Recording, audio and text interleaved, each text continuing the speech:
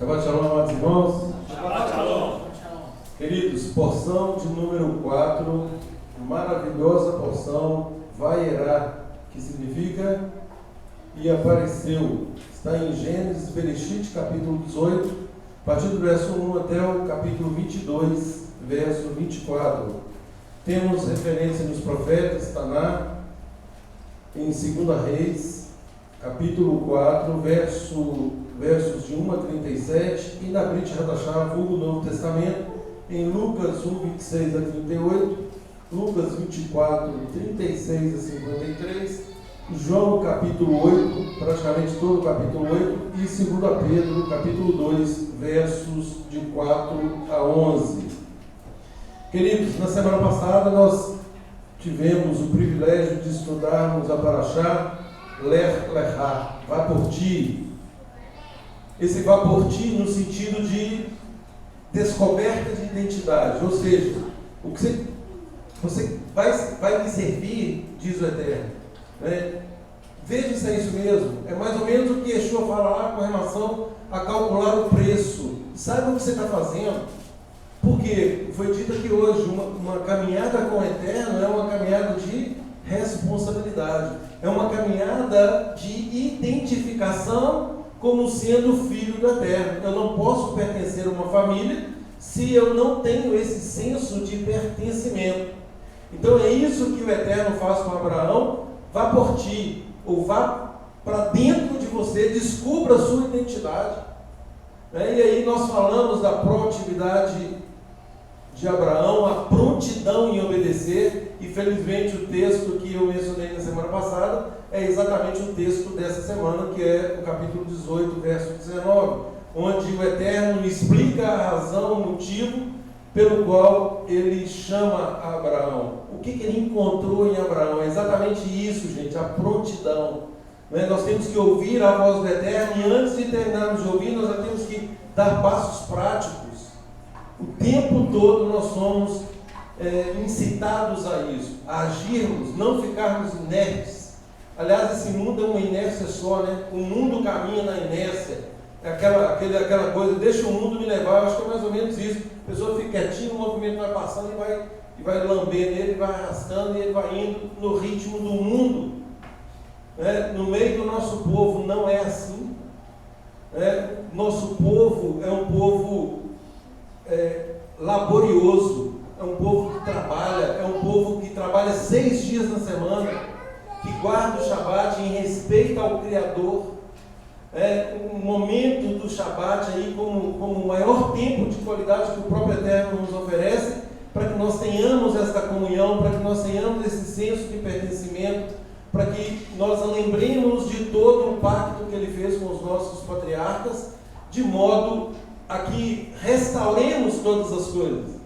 Nós não estamos numa caminhada para frente em termos de servir ao Eterno, nós estamos numa caminhada regressiva e retroativa, no sentido de buscarmos as raízes, e aí em entendimento aquele verso que diz: vê onde caíste, ou seja, aí a partir dali sim, aí nós rumamos novamente para o precioso alvo que o Eterno também já nos deixou claro, que é Efésios 4:3, até que cheguemos à unidade da fé, do pleno conhecimento de Yeshua, a perfeita varonilidade, à medida da estatura da plenitude dele. Por que plenitude dele? Porque foi o único que efetivamente cumpriu toda a vontade do Pai. E é exatamente isso começa em Abraão. Por meio de ti, Abraão, Venivrehu, todos serão enxertados.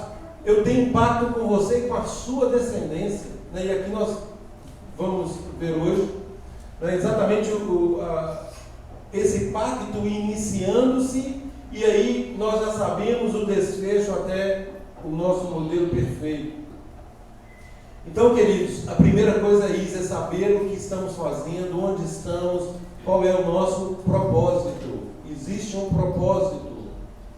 Então nós temos que caminhar sabendo desse propósito. Ninguém sai de casa e falando assim, para chegar aqui na sinagoga tem que ter um alvo. Eu estou indo para a sinagoga.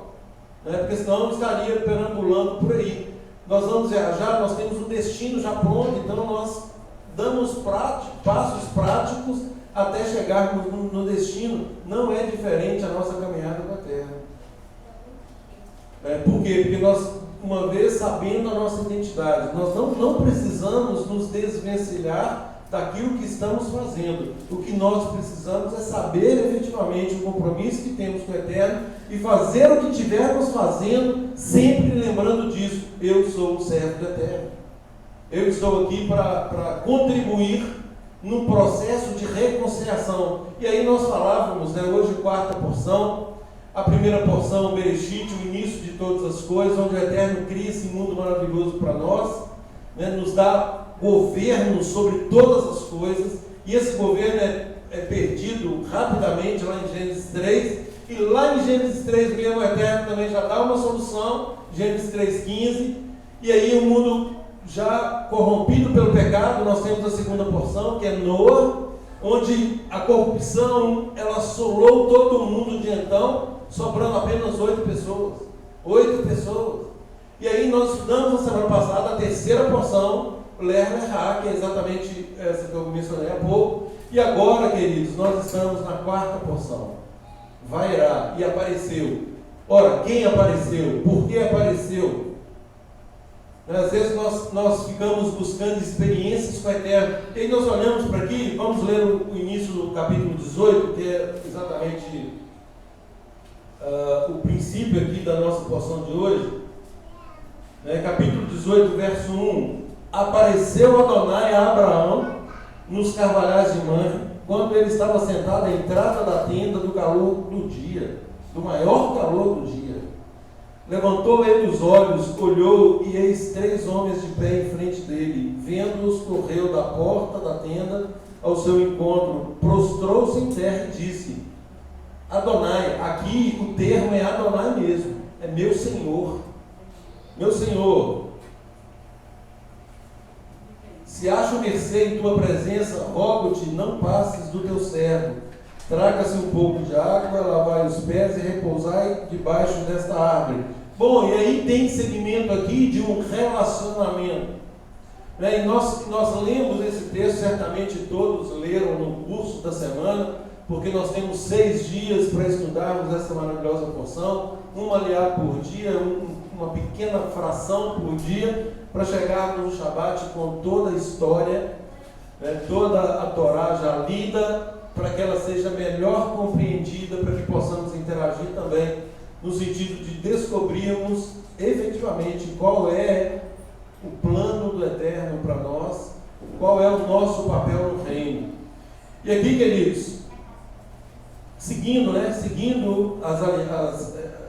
essas frações, o Eterno, veja bem, o Eterno com Abraão, relacionando com Abraão, e ele fala assim: eu não vou contar isso de Abraão. Ele anuncia para Abraão que ele vai destruir Sodoma e Gomorra. E aí, mais uma vez, nós olhamos para isso aqui e ficamos: puxa vida, eu queria ter um relacionamento assim com o Eterno. Para o Eterno, eu falo as coisas para o Eterno sabe o que está no meu coração, eu queria também saber o que está no coração dele. E nós percebemos aqui pela leitura exatamente isso. Ele é chamado amigo de Adonai, amigo de Deus. Por quê? Ele se tornou amigo. É exatamente pela disposição, queridos. A disposição de servir, a disposição de fazer aquilo que Adonai tinha para ser feito. Eu sou uma atalaia do Eterno, eu vou fazer aquilo que me compete fazer. Cada um de nós, cada um tem as suas particularidades, cada um tem uma vida aqui em particular, e esta vida em particular é exatamente para que cada um haja dentro dessa particularidade, e assim consigamos juntos, cada um fazendo a sua parte, cooperando nesse processo de reconciliação, nós consigamos cumprir o propósito que é, efetivamente, reconciliar o mundo com o Eterno. Quando a palavra diz que o Eterno estava em Yeshua, reconciliando consigo o mundo, começou aqui, em Abraão. Por meio da descendência de Abraão. Então isso é propósito, isso é identidade. Vá por ti, leva a errar, vá por ti. Saiba o que você está fazendo, entenda o reino, compreenda o reino. Eu estava lendo essa semana falando isso, que o nosso povo tem uma fé absolutamente racional, conquanto não perca a misticidade de vários pontos. Ou seja, nós sabemos do transcendental, daquilo que foge ao natural, mas o mais importante, que nós compreendemos tudo que o Eterno faz. Por quê? Porque aprove a Ele se revelar para o seu povo e para todo aquele hoje, para todos que se enxergam em Israel, para todos que fazem o compromisso dessa aliança, o Eterno se revela. Estávamos conversando aí no encontro de quarta-feira, o primeiro verso que eu pedi para que os irmãos meditassem é exatamente Amós 3,7. O Eterno não faz absolutamente nada sem revelar os seus planos, os seus segredos aos profetas. E Abraão aqui, como um profeta, o Eterno fala com ele: eu vou destruir Sodoma e Gomorra. E aí nós já sabemos, começa aquele diálogo de uma pessoa preocupada com vidas ali dentro, por quanto ele soubesse, evidentemente, da podridão que estava ali. Ele tinha pessoas ali com quem ele se preocupava, que era exatamente o seu sobrinho, o seu sobrinho Ló. E aí ele vai argumentando, e aí quando chega em 10, Senhor, se tiver 50, o Senhor vai destruir 40, 45 e tal, ele vai baixando até 10, e ele não passa disso. Já tinha falado disso também na porção passada, é exatamente porque ele tinha acabado de destruir toda a humanidade por causa que sobraram apenas 8 justos, Então só a família de Noé sobrou. Se ele destruiu lá, sobrando 8, não tinha como ele baixar de 10. E aí, obviamente, o resultado nós já conhecemos, que é exatamente a destruição, onde ele poupa, pela misericórdia dele, ele poupa Ló e a sua família. E aí temos também o episódio da mulher de Ló, que nós estudamos no ano passado, está aí no nosso canal do YouTube, para quem quiser assistir de novo. Então, tem a intercessão de Abraão junto a Adonai, tem aí o Ló recebendo os 2 anjos, eram 3, um fica e 2 vão até Ló, até Sodoma, e nós sabemos do que aconteceu lá, ao ponto de Ló, aqueles homens querendo fazer mal aos mensageiros. Ló oferece as suas próprias filhas. E aí o Evandro me fez uma pergunta, que eu falei assim: é bom esclarecer essa pergunta, porque ele fala assim: olha, mas espera aí, aqui Ló fala que Ló está oferecendo as suas 2 filhas virgens, mas ao mesmo tempo o texto fala que elas eram casadas. Como elas eram casadas e eram virgens? E aí eu falava com ele, pessoal: olha, lembre-se do contrato de casamento no nosso povo, entre o nosso povo. Existe um contrato, uma assunção de compromisso que é considerado como se fosse casado, apesar de não ter havido ainda a conjunção carnal. Então é exatamente o caso das filhas de Ló. Elas eram comprometidas, tinham um contrato de Ketubá ali, mas ainda não tinha consumado esse casamento. É exatamente por isso. E lembrando, gente, o princípio maior da palavra, a Torá, a santa instrução, Taná, os profetas, Brit Hadashah, vulgo Novo Testamento, não há contradição em toda a Escritura.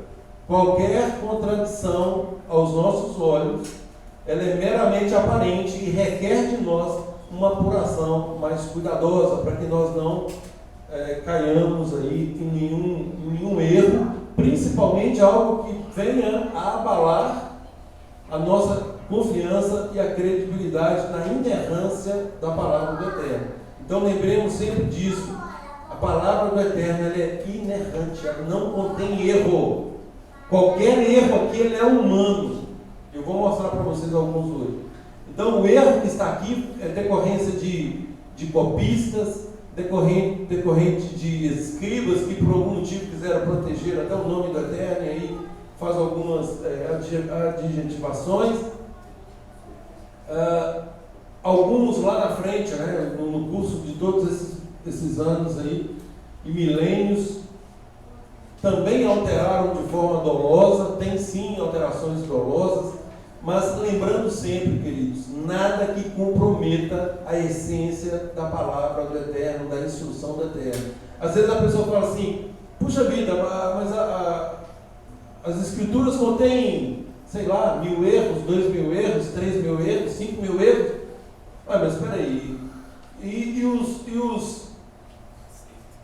os milhões de acertos? Nós vamos dispensar tudo porque tem alguns poucos erros? É aquela história de jogar fora a água que está suja junto com o menino dentro. Então, assim, isso não faz nenhum sentido. Então, nós temos que ter a sabedoria do alto para lermos as Escrituras e compreendermos as Escrituras à luz da santa instrução do Eterno. Mais uma vez, não é?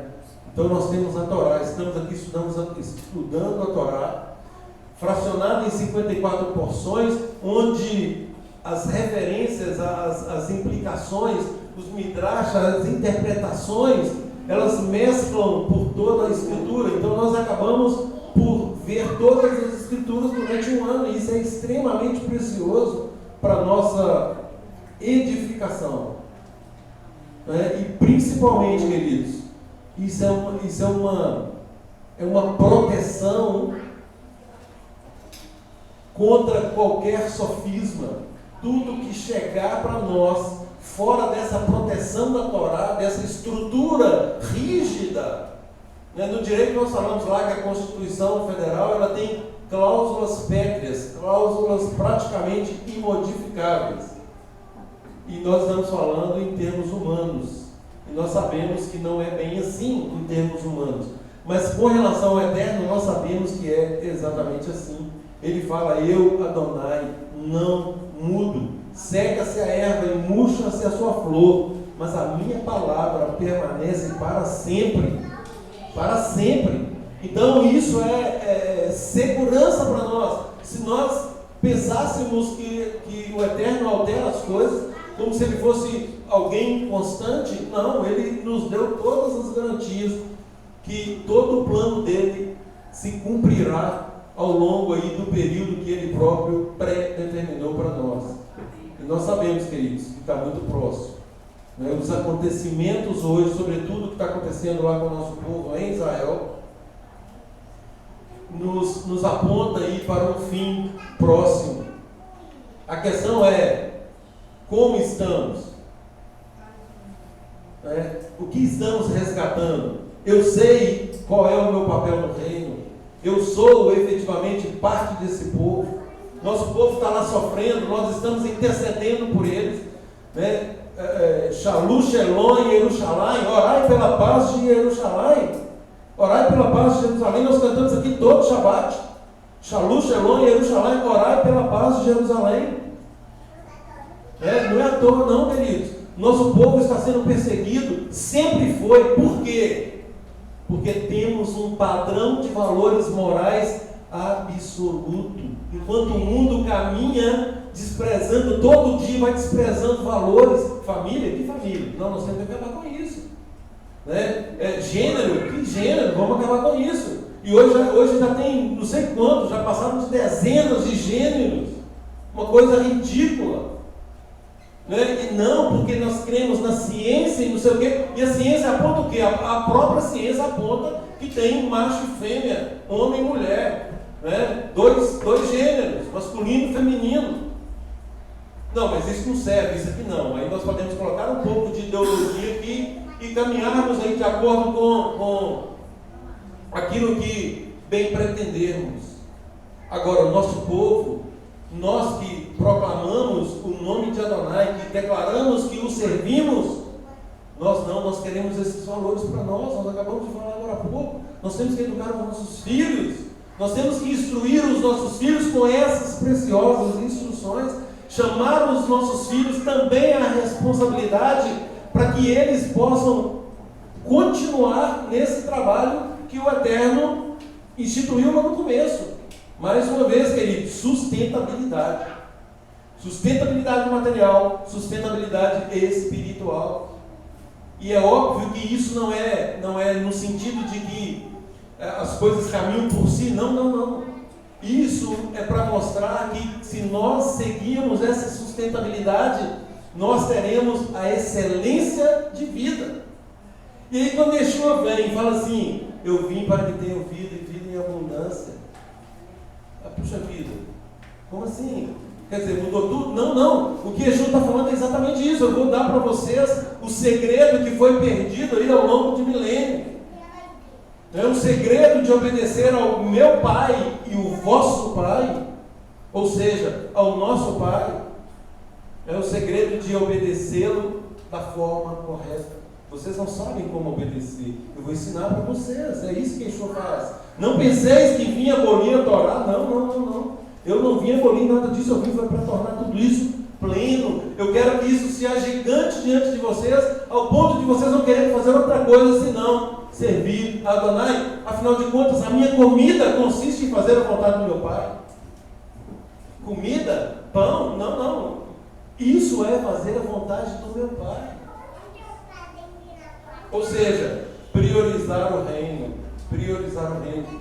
Essa é a tônica de Yeshua. Essa é a nossa missão, priorizar o reino. E Abraão começa isso aqui, gente.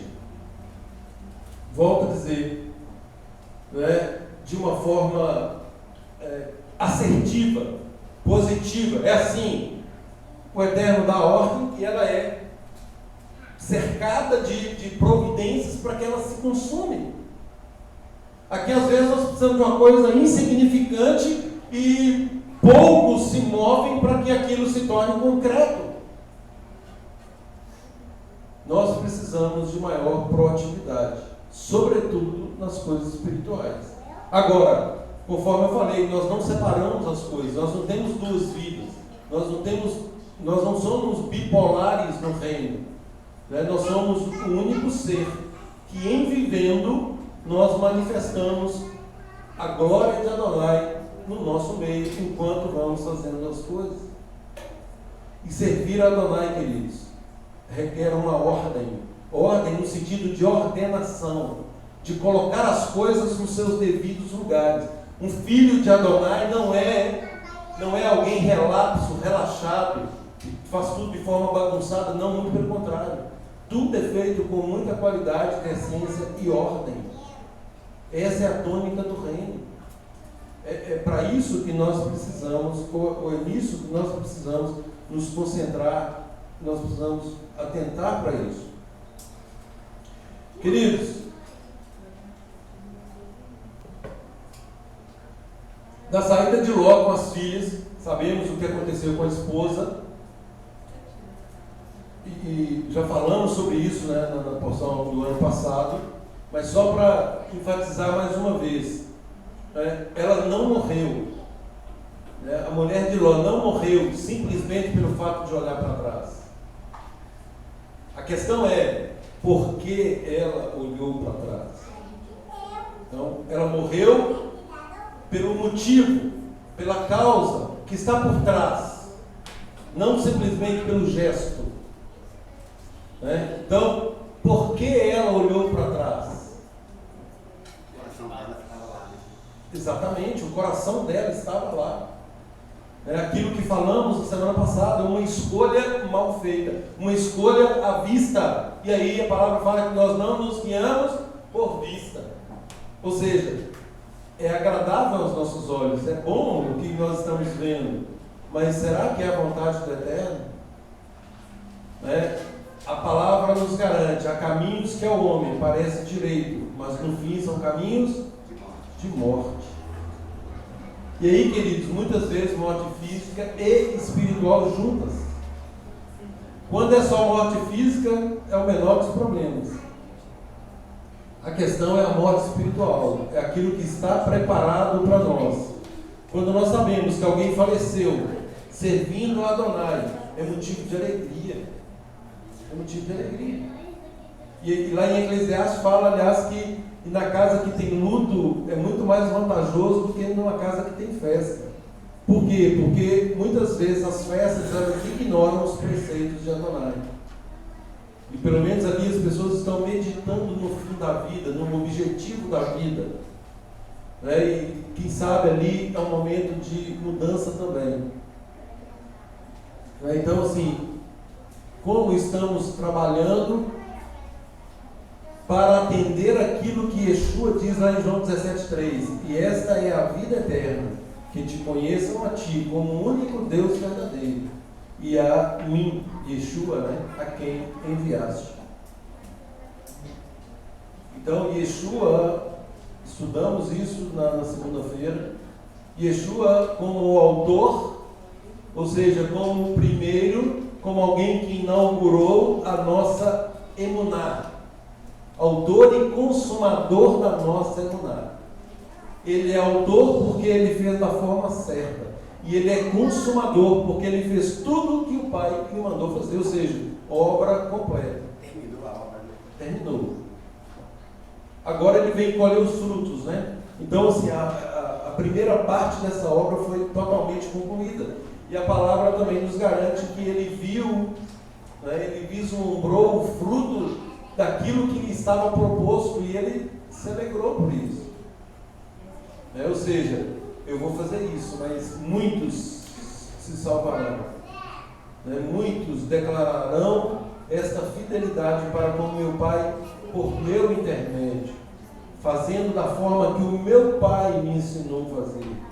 Dessa forma, não da forma de cada um. Existe uma forma correta. Por isso é que ele diz, eu sou o caminho. Por isso que ele diz, sem mim nada podeis fazer. Porque é só por ele, por meio dele, fazendo exatamente como ele fez. Aquele que diz que permanece nele deve exatamente andar assim como ele andou.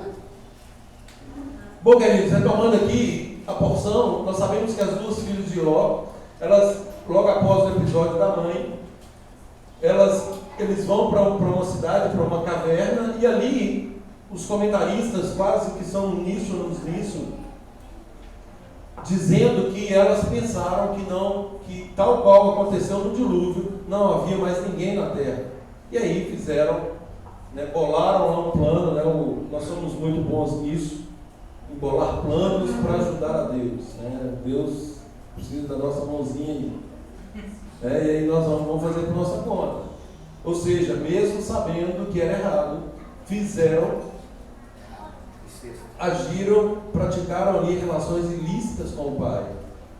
De onde surgem dois povos, quais sejam? Amonitas e Moabitas. E que o Eterno, de certo modo, o Eterno acaba protegendo esse povo. Por ocasião da saída do povo do Egito, ele deu ordem expressa para não molestar os Moabitas e nem os Amonitas. E nós sabemos que Ruth era Moabita. Então, o Eterno tem os seus desígnios. E eu falava com o Evandro também essa semana exatamente isso. Para quem está no caminho, o Eterno pega algo que está errado e converge aquilo em bênção. Romanos 8, 28 a 30. Sabemos que todas as coisas cooperam para o bem de todos. Daqueles que amam a Deus e são chamados segundo o seu propósito. Ou seja, é para essa categoria que há essa conversão. Então, gente, nós não temos o que temer. Maria Lúcia fala assim, querido, tem muitos irmãos que estão preocupados com isso. Eu digo, gente, estão preocupados por quê? Preocupados por quê? Nós sabemos a quem estamos servindo. Nós sabemos que ele não dorme. A palavra fala isso aqui, ele nem cochila. Ele está velando por nós, ele está vendo tudo que está acontecendo e ele não está inerte em relação a tudo isso. Ele vai agir no tempo certo, de acordo com os desígnios dele. Isso é confiança, queridos. Nós precisamos desenvolver isso. Então, ele fala assim, alguém aqui já experimentou isso? 1000 caindo ao teu lado e 10.000 à direita? Alguém já experimentou isso? Sim. Sim? 1000 ao teu lado, 1000 pessoas caindo aqui do nosso lado e 10.000 à nossa direita, e falando o quê? Não se preocupe, você não vai ser atingido. Olha o grau, gente, de confiança. Esse é o grau de confiança que o Eterno quer de nós. E aí nós estamos caminhando a pé ainda, fazendo uma caminhada muito light, sem muito esforço, nem suando. E estamos preocupados? Não, não é o momento ainda de nos preocuparmos. Nós temos que preocupar com a nossa vida, com o alinhamento dela, naquilo que já sabemos. E ele fala assim, não, mas eu tenho que aprender isso, eu tenho que aprender aquilo, não sei o que, não sei o que. Não, não, não, não. Simples, simples. Você já sabe que 2 e 2 é 4? Aplica. Já sabe que 5 menos 1 é 4? Aplica. O que sabe, aplica. Mais uma vez, é melhor o feito do que o bem feito. É óbvio que nós buscamos essa perfeição. É claro, estamos em busca. Mas nós não podemos, a despeito disso, falar assim, não, quando acontecer isso, e aí nós começamos a colocar marcos, queridos, para servir a Deus, ou para fazer a coisa certa. Não, quando acontecer isso, eu vou fazer, aí eu vou guardar o Shabat. Quando acontecer aquilo outro, eu prometo que eu vou a todas as convocações da sinagoga. Fidelidade no pouco será colocado no muito. Infiel no pouco não tem papel no reino. É simples. E Yeshua nos dá exemplos práticos disso aí. E mais uma vez, não há ninguém sem função. No mínimo um talento, cada um de vocês tem, no mínimo. Né? Tem gente que tem muitos, né? Mas no mínimo um. E Yeshua conta essa parábola para dizer que aquele ele foi negligente. Então não desperdice o talento, invista no reino. Para que gastar energia, dinheiro, recursos naquilo que não é pão? Qual é o verdadeiro pão? A palavra. Agir de acordo com os padrões eternos. Esse era o comportamento de Abraão. Vamos, antes de eu prosseguir aqui, o verso magno para mim de toda a Escritura. Capítulo 18, verso 19. Eu escolhi Abraão para que ele ordene a seus filhos e a sua casa depois dele. Ô, gente, isso aqui é de uma profundidade, né, que dá para falar horas e horas e horas a respeito disso. Eu escolhi Abraão para que ele ordene a seus filhos e a sua casa depois dele, ou seja, primeiro ele vai se ordenar e depois ele vai ordenar os seus filhos e toda a sua casa. Nós sabemos que ele tinha ali mais ou menos umas 320 pessoas sob o seu comando, sob a sua responsabilidade. Tem gente que só tem um serzinho desse tamanhozinho que fica correndo para cima e para baixo e está achando difícil. Imagine 318. Não é fácil, gente sabe que não é fácil. Mas pelos padrões da terra é possível. Agora, nós temos que agir, não podemos esperar. Não podemos cruzar os braços. Então, eu escolhi Abraão para que ordene a seus filhos e a sua casa depois dele, a fim de que o quê?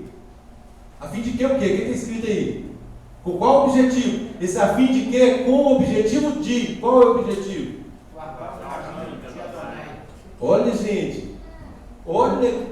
Então, existe aqui um objetivo. Ele não escolheu Abraão para ele ser o cara, não. Ele escolheu Abraão para colocar ordem nesse mundo. Que por meio dele viria a ordem, viria a restauração, viria a reconciliação. Então, olha aí, com o objetivo de, a fim de que guardem o caminho de Adonai. E o que? Guardando o caminho de Adonai vai acontecer o quê? Façam o que é certo e justo. Pratiquem a justiça. Façam o que é certo e justo. Pratiquem a justiça e o juízo. E o juízo. Opa, peraí. Aqui não. Esse negócio. Praticar isso aqui. Não, deixa o irmão para lá. Não tem nada para vir do irmão.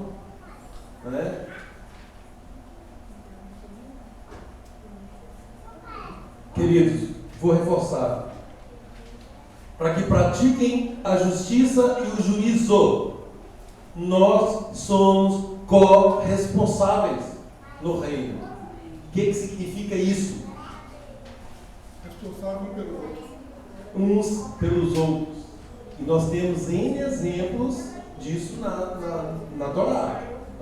O mais claro é aquele caso de Pinhas, onde ele mata alguém para cessar ali o pecado que estava sendo cometido no meio da congregação, e o Eterno matando ali 24 mil pessoas por causa desse pecado. Isso é corpo, isso é corresponsabilidade. E tem N versos na palavra, na Taná, na Torá, que fala o seguinte: aquele que desvia o irmão do erro, não é? Ele tem galardão por isso. Agora, nós não vamos fazer isso só pelo galardão, nós vamos fazer isso para salvar a alma do irmão. Nós não queremos que o irmão pereça. E às vezes nós somos taxados de chatos. Pô, esse cara é chato. Toda hora me falando para fazer isso. Gente, esse é o caminho, andai por ele. É o caminho da justiça, do juízo, da retificação, da reconciliação. E para reconciliar com alguém do padrão do eterno, ele fala assim: olha aqui, sejam santos, porque eu, Adonai, sou santo. Não tem jeito. Ou seja, ou nós nos amoldamos a isso, ou do contrário, não vai ter comunhão. Ah, mas aí também não vou conseguir nunca. É verdade, não vão mesmo. Não vão mesmo. Agora, que isso não nos isenta de declararmos todos os dias que nós queremos, por meio de Yeshua. Por meio de Yeshua, nós vamos conseguir. Vai faltar crédito? Vai faltar crédito. E aí o que vai acontecer? Diferença de perdão e justificação. Eu expliquei isso na segunda-feira. A graça. Perdão é um ato único. Perdoou, está perdoado, está pronto. Se pecar de novo, vai requerer outro perdão. Justificação é diferente. Justificação é muito maior do que perdão. Foi o que Yeshua, o que Deus fez por nós por meio de Yeshua. Justificação é: olha, Adilson, você me devia 1 milhão. Eu estou depositando na sua conta aqui 10 milhões. Ou seja, você vai ficar com, se for quitar toda a sua dívida de 1 milhão, você tem mais 9 milhões de crédito. Isso aqui é para o caso que João escreveu: filhinhos, essas coisas eu estou escrevendo para que não pequeis. Ou seja, esse dinheiro não vai ser gasto. Todavia, quando alguém pecar, nós temos um advogado junto ao Pai, Yeshua, o justo. Então esse crédito já está na nossa conta.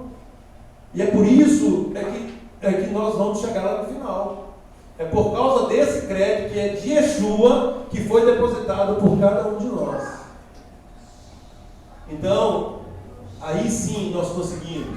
Vai faltar para nós? Vai, mas está ali. Vai pegar ali e vai, como nós dizemos, vai inteirar. Vai tornar-se ali um inteiro. Vai completar por nós. Agora, por que vai completar? É porque nós estamos tentando. Não, muitas vezes falhando, mas nós queremos isso a todo custo. Nós queremos aquilo que está nos competindo, nós estamos fazendo, estamos nos esforçando. Eu luto, gente, eu luto por questões que eu ainda não consegui vencer, e eu clamo a misericórdia do Eterno sobre mim. Eu preciso vencer, por exemplo, o domínio próprio. Eu tenho que vencer esse negócio, e eu preciso da ajuda dos irmãos em relação a isso. Isso é uma confissão. E eu só vou conseguir no corpo, não tem jeito. É onde eu relaciono, é onde os irmãos estão me vendo. Às vezes eu explodo mesmo e tal, mas peraí, e aí vai ficar assim? Não vai ficar. Eu preciso de dominar, eu tenho que ter autocontrole. Esse é um dos pontos. Então cada um de nós tem vulnerabilidade em alguma área. Agora nós precisamos da misericórdia, reza do Eterno, sabedores de que Yeshua nos dá o caminho correto e a forma correta de como obtermos aquilo que precisamos. Por exemplo, nesse texto que você leu, eu achei interessante aqui, que acompanhando a leitura agora, me abriu uma outra questão aqui aos olhos, que ele fala assim: primeiro ele fala da promessa, Abraão será uma grande nação, será forte, e todas as nações da terra serão abençoadas por meio dele. É a promessa. Aí ele faz aquilo que você falou: ele se revelou a fim de que ele ande o caminho e faça o que é certo e justo. Para quê? Para cumprir a promessa. É lindo demais. A nossa vida, as promessas de Deus também só se cumprirão se nós alinharmos a nossa vida com a palavra. Olha que lindo. Gente, olha, pega esse camarada que você falou agora, olha, para que faça vir sobre Abraão que ele tem falado a seu respeito. Ou seja, Adinei, eu falei um negócio a seu respeito, Adinei. Faça isso para que isso que eu falei sobre você se cumpra na sua vida. Irmão A, irmão B, irmão C, irmãzinha, tal. É isso aqui, gente. O Eterno já falou a nosso respeito e Ele espera que correspondamos. É igual eu falei, esse verso para mim, ele resume todo o plano. Né? É um plano de ordem, de ordenação, de cuidado de Deus conosco. E aí, queridos, então voltando agora à questão das filhas de Ló, nós sabemos o que fizeram, a questão aí da origem dos Moabitas e Amonitas, aí depois vem novamente Abraão e Sara peregrinando em Gerar, e aqui mais uma vez nós temos um episódio de negação, mais uma vez temos aqui Abimeleque vendo em Sara não a esposa de Abraão, mas uma pseudo-parente. No capítulo 21, o nascimento de Isaac. Olha aqui é filho da promessa. Abraão já tinha um filho, por jeitinho de Sara. Né? Já tinha um filho, Ismael, por jeitinho de Sara. Eu até falo assim, olha, eu vou abençoar Ismael por sua causa, por causa de Abraão. Né? E o Eterno é tão fiel nisso, gente. Vejam o que o Eterno fez com Ismael. São 12 tribos que, por meio de Isaac, são 12 príncipes por meio de Ismael. E aí tem um verso que fala, né, que eles dependeriam uns dos outros. Eles são extremamente ricos por causa de petróleo, mas faltam as outras coisas. Ou seja, e as outras nações, o que está no entorno ali não tem petróleo, aí precisa deles. Ou seja, aí há uma cooperação comercial onde um vai suprindo a necessidade do outro, mas eles continuam inimigos. O conflito que está lá hoje começa aqui, gente. Esse é o resultado de um ato de desobediência. O Eterno falou e nós não tivemos a paciência necessária, a confiança necessária para aguardar o momento do Eterno. Vamos dar o nosso jeitinho. Abraão, fica aqui com a minha serva. E aí ele acaba caindo e tal, enfim. Essa é a origem dos problemas do Oriente hoje. Se tornaram inimigos, apesar de serem irmãos. Se tornaram inimigos. E isso, queridos, só vai terminar por ocasião da volta de Yeshua. Aqueles que fizerem techuvar, reconhecendo Yeshua como o Messias de Adonai, esse sim obterá a remissão, o perdão dos pecados.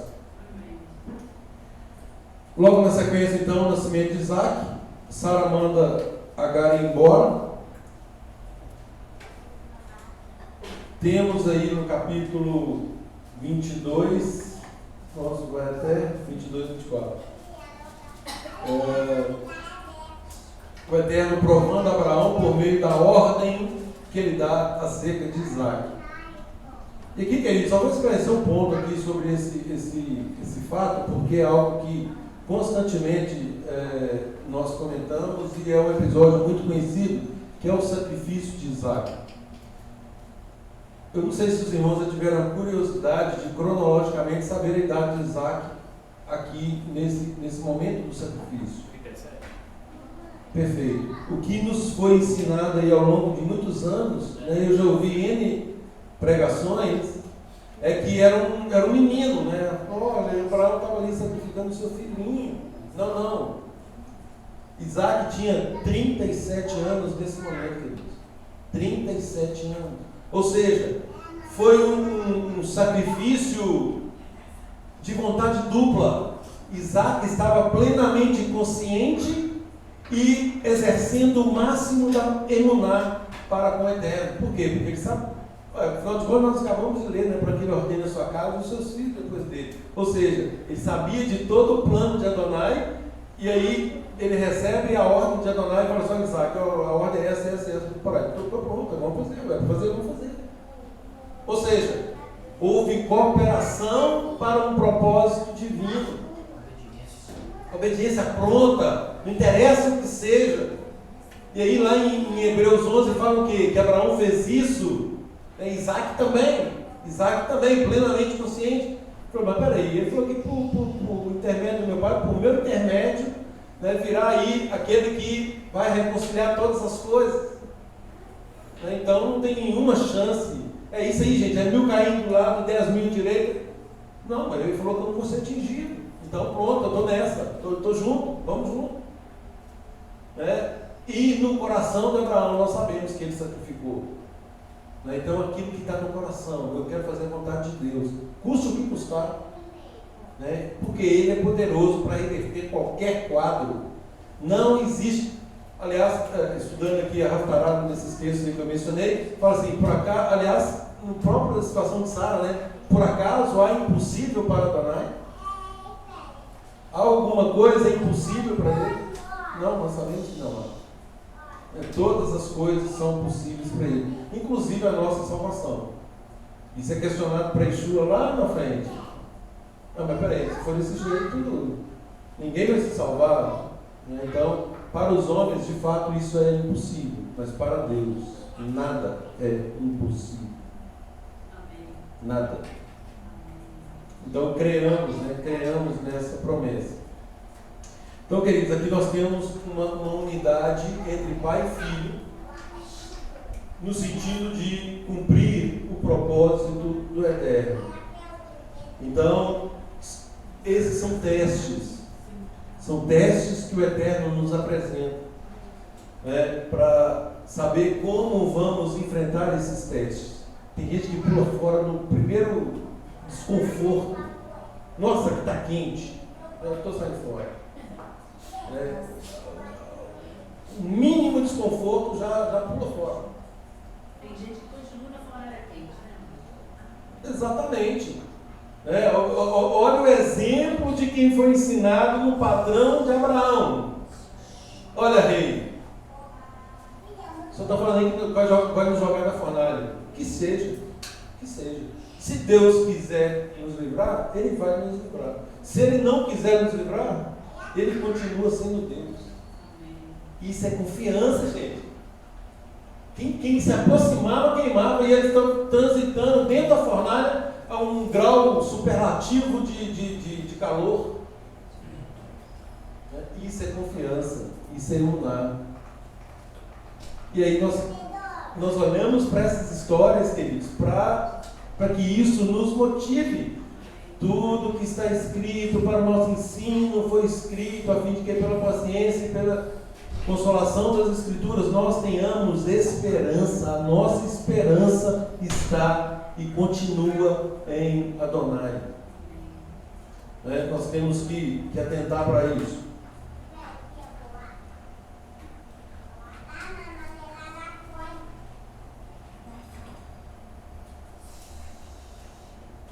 Eu falava, que nós não temos separação. Eu fiz uma anotação aqui falando assim: evita o conceito de abandonar o físico para procurar o espiritual. Porque a gente fala assim: ah não, mas eu preciso me tornar mais espiritual. Gente, nós somos um ser único. O que nós precisamos é assumir a nossa identidade de filho de Adonai. Assumirmos essa categoria de filhos primeiro, porque nós não éramos, nós nos tornamos. Ou se a pessoa não é, ela tem que se tornar filho. E aí sim, uma vez tornando filho, obviamente a própria essência de espiritualidade vai crescendo. Não tem como. Você está numa família que ela é espiritual e você prevaleceu carnal, não tem jeito. Então nós temos que tornar esse mundo físico aí mais receptivo às coisas de Deus, da forma como nós apresentamos aí por meio de Yeshua. Queridos, uma observação acerca de em ti serão benditos, em ti serão enxertados. Essa palavra bendito, quando nós abençoamos alguém, o que significa? Já falei disso também outras vezes. Vem da palavra barak, que significa dar poder, conceder a alguém poder para ser próspero, bem-sucedido e fecundo. Isso é abençoado. Então, quando o Eterno ele fala que está nos abençoando, é essa bênção aqui. né, de prosperidade. Agrada-te de Adonai, e ele satisfará os desejos do seu coração. Falava com o Maxwell ontem, falou: Maxwell, por isso é que nós temos que focar no espiritual, naquilo que é da vontade do Eterno. Por quê? Porque o material é consequência do espiritual, e não o contrário. E não o contrário. Né? O material nunca vai gerar o espiritual. Agora, o espiritual gera o material. Né? Ou seja, à medida que obedecemos, nós vamos ter que esconder das bênçãos, porque elas vão nos atingir. Você pode entrar num buraquinho de formiga, a bênção vai entrar lá e vai te pegar. Enquanto o mundo prega que tem que correr atrás das bênçãos, nós ficamos tranquilos, porque elas vão nos atingir. É assim que funciona. Por quê? Porque estamos buscando fazer a vontade de Adonai. Nós queremos nos agradar dele a cada dia. Gálatas 4:29 fala aqui da comparação, queridos, daquele que é gerado da carne e que é gerado do espírito, fazendo alusão a Ismael, que foi gerado segundo a carne, ou seja, o jeitinho de Sara, né, e aí o resultado de algo que é gerado pela carne, né, e o outro que é gerado pelo Espírito. Ou seja, o Eterno falou por meio a sua descendência, por meio de Isaac, né, é que serão refeitas todas as coisas. Todo o meu plano vai se cumprir por meio dele. E esse é o espiritual, é o que o Eterno preparou. Agora, o carnal é qual? É o que foi dado do jeitinho, né? E nós sabemos que o que é da carne gera corrupção, gera podridão, gera todo tipo de reflexo ruim. Agora, o que é gerado no espírito, em consonância com a palavra do Eterno, esse sim vai produzir os frutos e aí, por consequência, a vida eterna.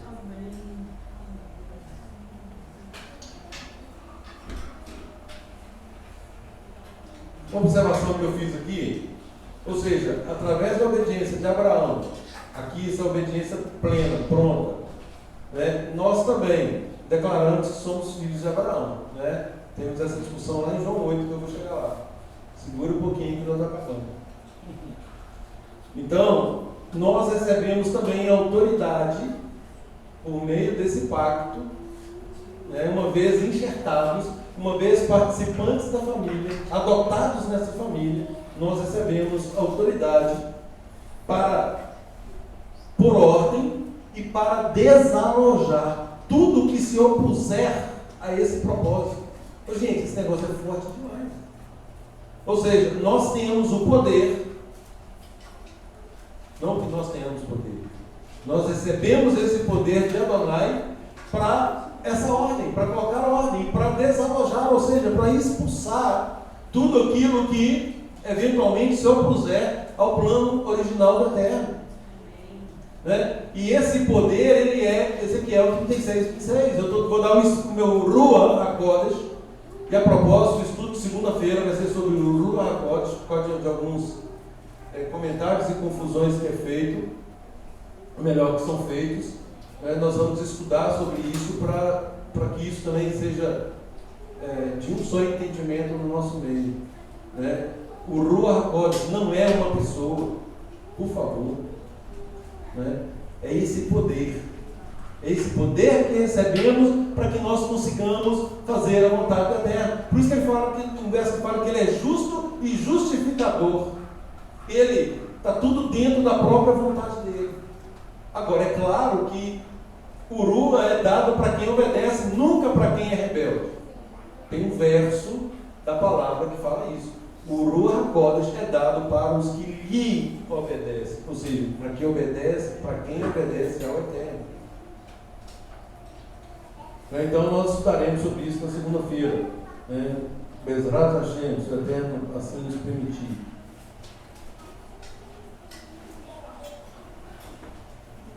O que é nascido da carne, falava isso hoje em casa também, o que é nascido da carne traz discórdia e frustração. Aquela coisa que a pessoa às vezes consegue um monte de coisa e ela continua frustrada. Por quê? Porque isso é fruto só material, só da carne. Isso não traz a verdadeira prosperidade. A prosperidade, gente, ela é um estado. Ela é um estado pessoal. Né? Tem muita gente que tem poucas posses e são muito mais prósperos que muita gente que é trilionário. Não tem a ver com a quantidade de bens. Tem a ver com a origem desses bens. Tem a ver com a disposição de quem está administrando esses bens. É isso que tem a ver. Se é da carne, vai gerar frustração. Mas quando o Ruach HaKodesh nos dá luz sobre algo em nossa vida, isso traz alegria e riso. Ou seja, aptidão para gozarmos da vida, tal qual Yeshua nos fala: eu vim para que tenham vida e vida em abundância. Ou seja, desfrutem. Aquilo que nós perdemos lá no Éden é por causa do pecado. Nós precisamos resgatar isso aí, que é exatamente o desfrutar das bênçãos que o Eterno colocou no nosso caminho. Então, queridos, se nós somos descendentes de Abraão, nós devemos também andar nas pegadas de Abraão. Para terminar, vamos lá em João 8, 39 verso 1.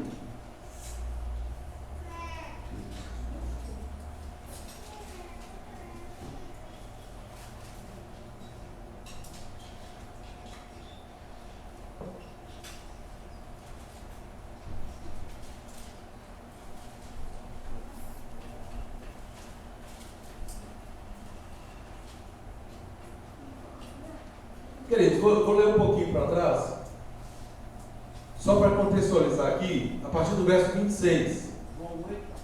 8:26. Muitas coisas tenho para dizer a vosso respeito e vos julgar, porém aquele que me enviou é verdadeiro, de um modo que as coisas que dele tenho ouvido, essas digo ao mundo. Ou seja, Yeshua deixando claro aqui que ele não estava falando nada dele mesmo, ele estava obedecendo rigorosamente aquilo que o Pai, ele era um portador, um porta-voz do Pai. Eles, porém, não atinaram que lhes falava do Pai. Disse-lhes, pois, Yeshua: quando levantardes o Filho do Homem, então sabereis quem eu sou. Olha o erro que eu falei, que tem muitas Bíblias, né, e que isso aqui é um erro proposital. Isso foi inserido aqui para convalidar a doutrina da Trindade. Né? Em algumas versões está escrito aí: então sabereis que eu sou. Eu sou é um título do Eterno. Do Eterno. E na verdade o que está sendo dito aqui é: e sabereis quem eu sou. Quem eu sou. E que nada faço por mim mesmo. Gente, eu me assusto com a falta de lógica e até de inteligência de muitas pessoas que querem. Vamos admitir aqui, olha, tentem captar, vamos admitir que seja o eu sou aqui. Quem é o eu sou? O que é o Eterno? Ou quem é o Eterno? É o Todo-Poderoso. É o Todo-Poderoso, é o que pode todas as coisas, criou todas as coisas. Não há ninguém superior a Ele. Ele é o Todo-Poderoso, ok? É o que é. Está tranquilo? Alguma dúvida? Não, né? Agora vamos seguir o texto então, entendendo o que é isso aqui. E que nada faço por mim mesmo. Ué, mas peraí, o Eterno está falando que ele não faz por si mesmo? Só isso aqui, gente, tem que barrar nossa leitura e falar assim: tem um erro nesse negócio, o que é isso? O Eterno está se limitando. Onde isso? Pode isso? Não pode. Então, aí nós vamos buscar nas outras, falava isso também com o irmão aqui essa semana, né, da importância de olharmos em várias traduções. Quando nós não temos o original mesmo à mão, vamos consultar outras traduções, King James, João Ferreira aí nas mais variadas versões, Bíblia Católica, Bíblia de Jerusalém, enfim, pega um monte de Bíblia e olha aquele texto nas outras versões. Essa que nós temos aqui para emprestar aqui, ó, ela fala exatamente isso: quem eu sou. Se soubessem quem eu sou, não que eu sou, porque não pode ser que eu sou. Porque é uma limitação do Eterno que é absolutamente incongruente com os princípios do próprio Eterno. Então isso tem que chamar a nossa atenção e parar. Não, tem uma coisa errada aqui, esse texto está errado.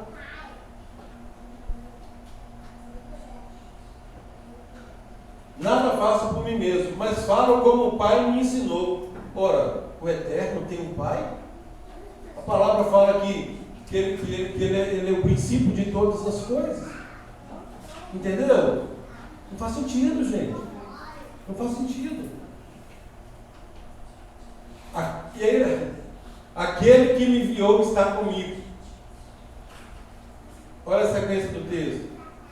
Aí quando nós olhamos, que Yeshua está falando, vamos pegar certo agora.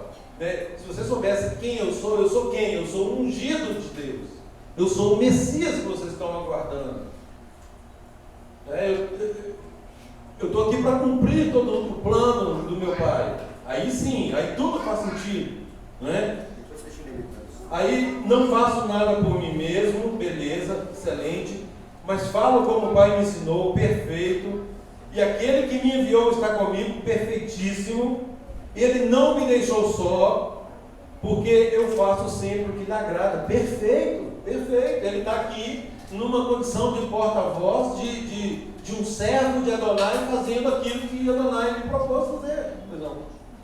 Então Yeshua disse: quando vocês levantarem o Filho do Homem, saberão que eu sou quem digo ser. Aí, olha aí, tá vendo como é que muda as coisas? Saberão que eu sou quem eu digo ser. Ele nunca disse que era Deus. E que de mim mesmo nada faço, mas digo apenas o que o Pai me ensinou.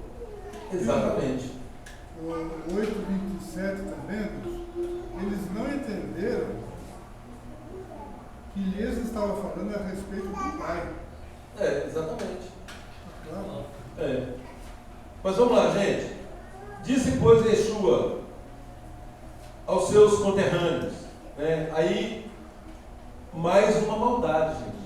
Nós estamos aqui no Brasil, eu estou aqui numa sala cheia de brasileiros, cheia de conterrâneos. Precisa de falar? Se eu falar assim, o Adilson falava aos brasileiros, o que está pressupondo? Que tem outras categorias aqui dentro.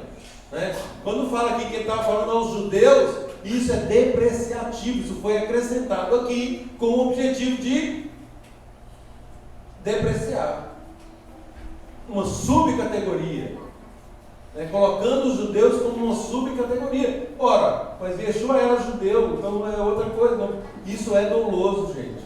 Então nós temos que atinar na hora da leitura para afastarmos essas coisas. A leitura correta que se faz aqui é: disse, pois, Yeshua aos seus irmãos, aos seus conterrâneos, enfim, que haviam crido nele.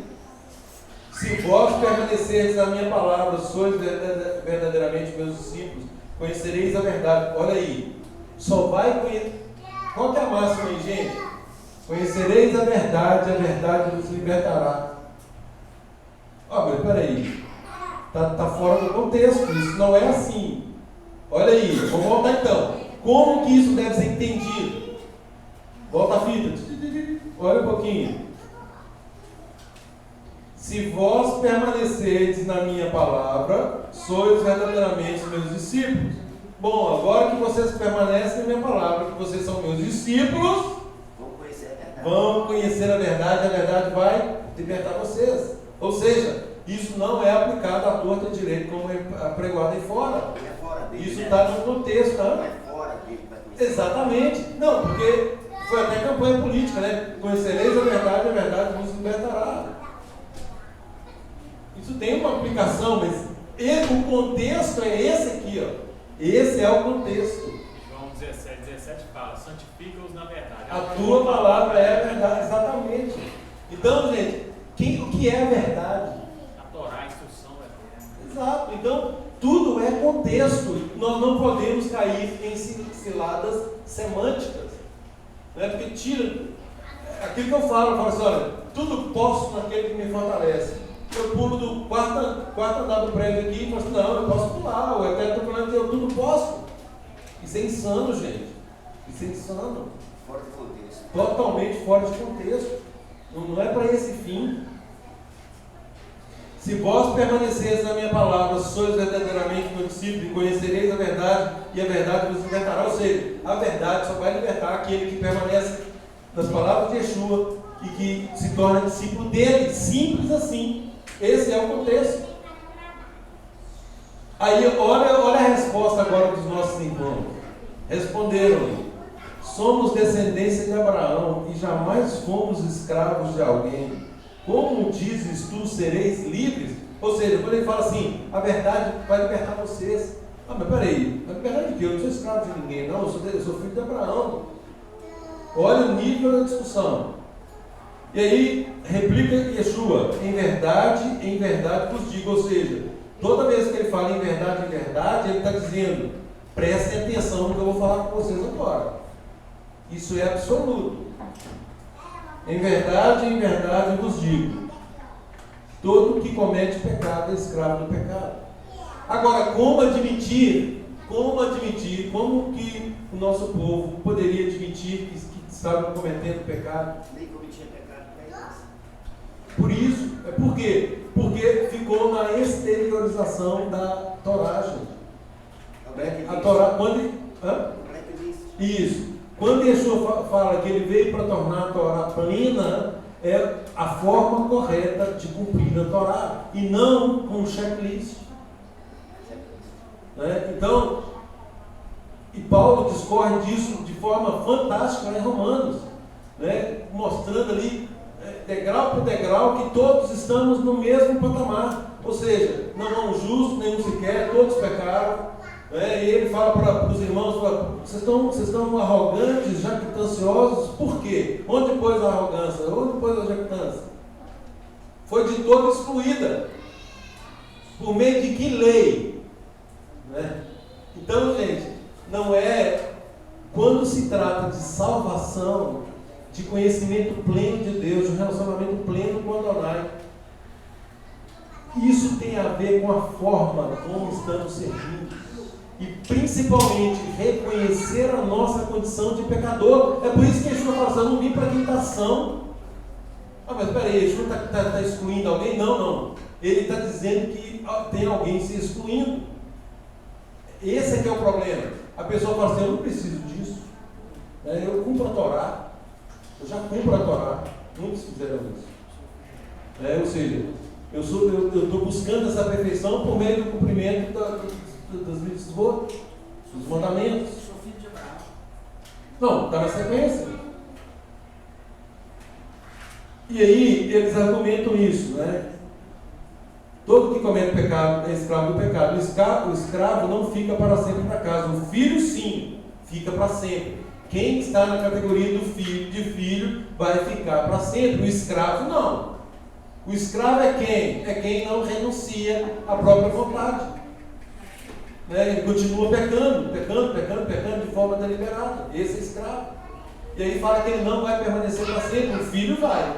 Porque o filho ele só vai fazer isso de forma acidental. E olha o 36.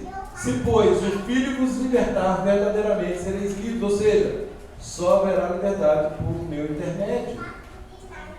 É alguém chegar aqui e falar assim: olha, a única forma de vocês chegarem perante um juiz é através de mim, vocês não vão conseguir. E é isso mesmo. É Yeshua falando isso: vocês não vão conseguir chegar lá sem mim. Não soltem. É o guia que está aqui, É igual quando a gente está nos aeroportos aí, vê um guia com uma plaquinha, ele coloca uma plaquinha lá no alto, uma bandeirinha, porque se alguém perder, ele está vendo a bandeirinha no alto assim, e ele vai guiando as pessoas. E vira e mexe, ele está ali juntando todo mundo. Então, foco no guia. 37. Bem sei que sois descendência de Abraão, contudo procurai matar-me, porque a minha palavra não está em vós. Olha aí, gente. Por que eles estão querendo matar Israel, extinguir Israel? Por causa dos valores que Israel ainda carrega. Israel é perfeito? Não é perfeito. Mas tem muita gente ali que busca a face de Adonai. Estão enganados? Sim, estão enganados. Não reconhecem o Messias? Sim, ainda não reconhecem. Mas ainda não reconhecem. Reconhecerão. É o povo da promessa. Exatamente. Ainda colocam a instrução do Eterno acima de todas as coisas, ainda que de forma legalista, fora do contexto de Yeshua. Agora, a culpa, gente, nessa última viagem que nós fizemos, é triste demais ver o que o cristianismo faz em Israel. É uma afronta. E aí eu falo assim, se eu estivesse aqui no lugar de Deus, eu não ia aceitar também, não. Entendeu? Estávamos lá, por exemplo, no meio da festa da Simchat Torah, né? Semana toda de festa, tal, festa de Sukkot. E músicas, danças em vários lugares. Aí chegava um cristão com coisa que vocês têm que se arrepender, arrependam-se, aceitem Jesus e tal, não sei o que, afrontando e confrontando de forma desrespeitosa. Vocês vão morrer todos no pecado, não sei o que, não. Essa cena nos lembra também aquela hora que a gente passou, a gente viu isso em 3 lugares, né? A gente viu um homem, vimos 2 mulheres na Benegruda, vimos um homem e vimos uma mulher sozinha. A mulher nos traz completamente inadequados para eles. Né? Exatamente. O cabelo tipo de homem batendo na Bíblia, bradando no ar e falando, vocês negaram Jesus, vocês precisam se arrepender.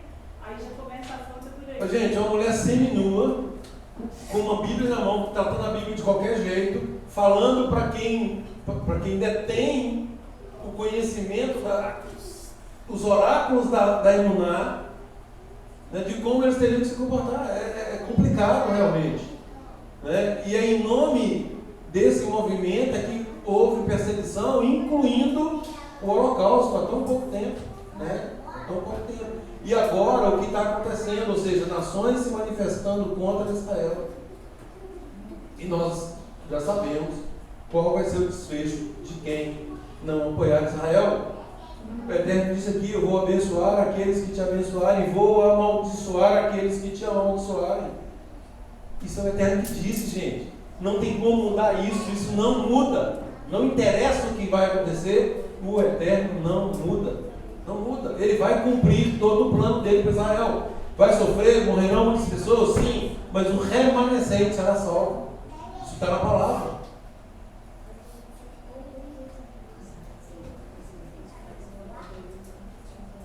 Verso 38. Eu falo das coisas que vi junto do meu Pai. Vós, porém, fazeis o que viste no vosso Pai. Olha aqui. Yeshua está colocando aqui 2 apóstolos. Mas peraí. Então nós temos pais, o que Jesus está fazendo aqui, ele está comunicando que tem pais diferentes aqui. Né? Eu estou falando para vocês o que eu ouvi do meu pai, e vocês do vosso pai. Agora, vê quem é o pai que Jesus se refere. Então lhe responderam, nosso pai é Abraão. Olha aí. Disse-lhes Yeshua, se sois filhos de Abraão, o quê? Praticai as obras de Abraão. Ora, como vocês podem falar que são filhos de Abraão e não praticarem as obras de Abraão? Mas agora procurai matar-me a mim, que tenho falado a verdade que ouvi do meu pai. Assim não procedeu Abraão. Vós fazeis a obra de vosso pai, disseram eles. Não somos bastardos, temos um pai que é Deus. Replicou-lhes Yeshua, se Adonai fosse de fato vosso pai, certamente havias de me amar. Olha aí, gente, olha o sentimento que Yeshua esperava.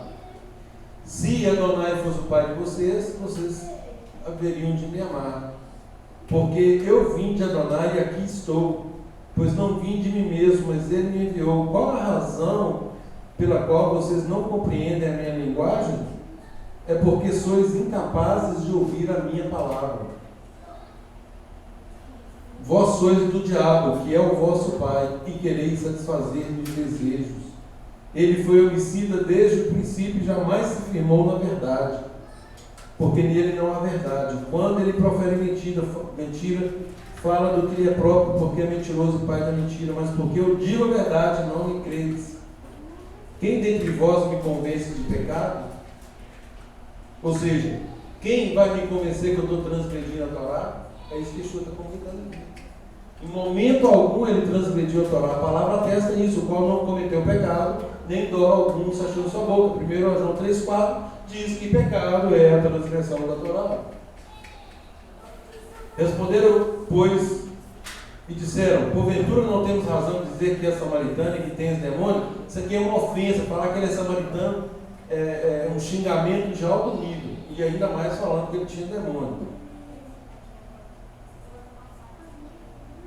E aí Yeshua replica: eu não tenho demônio, pelo contrário, eu honro a meu Pai, e vós me desonrais. Eu não procuro a minha própria glória, há quem busque e julgue. Em verdade vos digo, que se alguém guardar a minha palavra, não verá morte eternamente. Disseram-lhe os seus conterrâneos: agora estamos certos que tem demônio. Abraão morreu e também os profetas, e tu dizes: se alguém guardar a minha palavra, não provará morte eternamente. És maior do que Abraão, nosso pai, que morreu? Também os profetas morreram. Que, pois, te fazes ser? Respondeu Yeshua: se eu me glorifico a mim mesmo, a minha glória nada é. Quem me glorifica é meu Pai, o qual vós dizeis que é vosso Deus.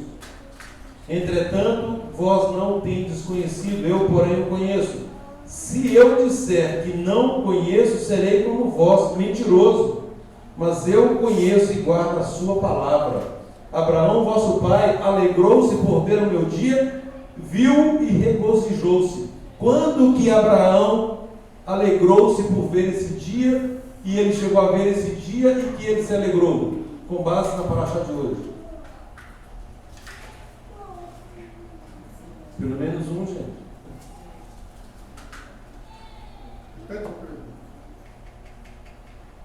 Vamos para o texto. Abraão, vosso pai, alegrou-se por ver o meu dia. Ele viu esse dia e ele se regozijou. Quando que Abraão viu e se regozijou? Não. Ele apareceu os 3 anos?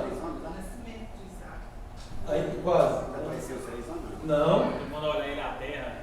Não, gente, não. O sacrifício de Isaac. O sacrifício de Isaac é a tipificação perfeita do plano de Deus. Então, naquele dia, Abraão viu no sacrifício de Isaac o que o Eterno pretendia fazer com o seu próprio filho. Então, essa é a tipificação. Naquele dia, ele viu esse sacrifício acontecendo. E fala que ele se alegrou, tanto é que ele se dispôs a fazer. É isso que Yeshua está comunicando. Perguntaram-lhe, pois: ainda não tens 50 anos e vistes Abraão? Respondeu-lhes Yeshua: em verdade vos digo, antes que Abraão existia. Como é que está a sua tradução, por favor? 37. Não, 58. 8:58. A versão correta é: antes que Abraão existisse, eu já existia. Então pegaram pedras para atirarem nele, mas Yeshua se ocultou e saiu do templo. Essa questão aqui, gente, está dentro daqueles 100 versículos que vocês, ou alguns aí, poucos, infelizmente, já terminaram, né? Ainda faltam terminar. Isso aqui está desvendado lá. O que significa essa passagem aqui? Aqui diz assim, Yeshua lhes disse: na verdade, antes de Abraão nascer, eu sou. Nesse momento, eles pegaram pedras. Tá, alguma versão diferente aí, gente? Respondeu-lhes Jesus: em verdade vos digo, que antes que Abraão existisse, eu sou. Não, está igual. Diferente tem? Não? Enfim, esse texto aqui é objeto lá também do nosso estudo.